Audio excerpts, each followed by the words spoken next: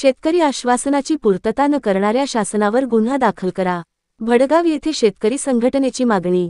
महाराष्ट्र राज्यातील सरकार शेतकऱ्यांच्या जीवावर सत्तेवर येऊन शेतकरी कर्जमाफीची घोषणा जाहीरनाम्यात करूनही वचन पूर्तता न करणाऱ्या उपमुख्यमंत्री अजितदादा व त्यांच्या सुरात सूर मिळवणारे मुख्यमंत्री देवेंद्र फडणवीस, माजी मुख्यमंत्री एकनाथ शिंदे यांच्यावर फसवणुकीचा गुन्हा दाखल करण्याची मागणी उत्तर महाराष्ट्र जल परिषद अध्यक्ष शेतकरी संघटनेच्या अध्यक्षांच्या वतीने दिनांक 8 एप्रिल दुपारी 12 वाजता भडगाव येथील तहसीलदार शीतल सोलाट पोलीस स्टेशनचे PSI पांडुरंग पवार यांच्याकडे निवेदनाद्वारे मागणी करण्यात आली आहे.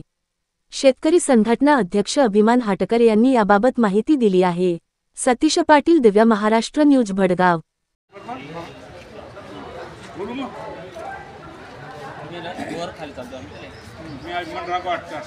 महाराष्ट्र शेतकरी संघटनेचे भडगाव तालुका अध्यक्ष या नात्याने की आपले महाराष्ट्र सरकारने आपल्या शेतकऱ्यांची निव्वळ फसवणूक केली म्हणून आम्ही आज PSI साहेबांना त्यांना तक्रारी अर्ज दिलेला आहे. या तक्रारी अर्जाचा त्याच्या हिशोबाप्रमाणे त्यांनी आमच्या शेतकऱ्यांची कर्जमाफी केली पाहिजे. कारण की त्यांनी जी घोषणा केली होती 2024 की आम्ही आमचं सरकार आल्यानंतर आम्ही सरसकट 3 लाख रुपये कर्ज त्यांचं माफ करू आणि त्यांचा 7-12 उतारा कोरा कोरा कोरा करू अशी ज्यांनी भाषा वापरली आहे.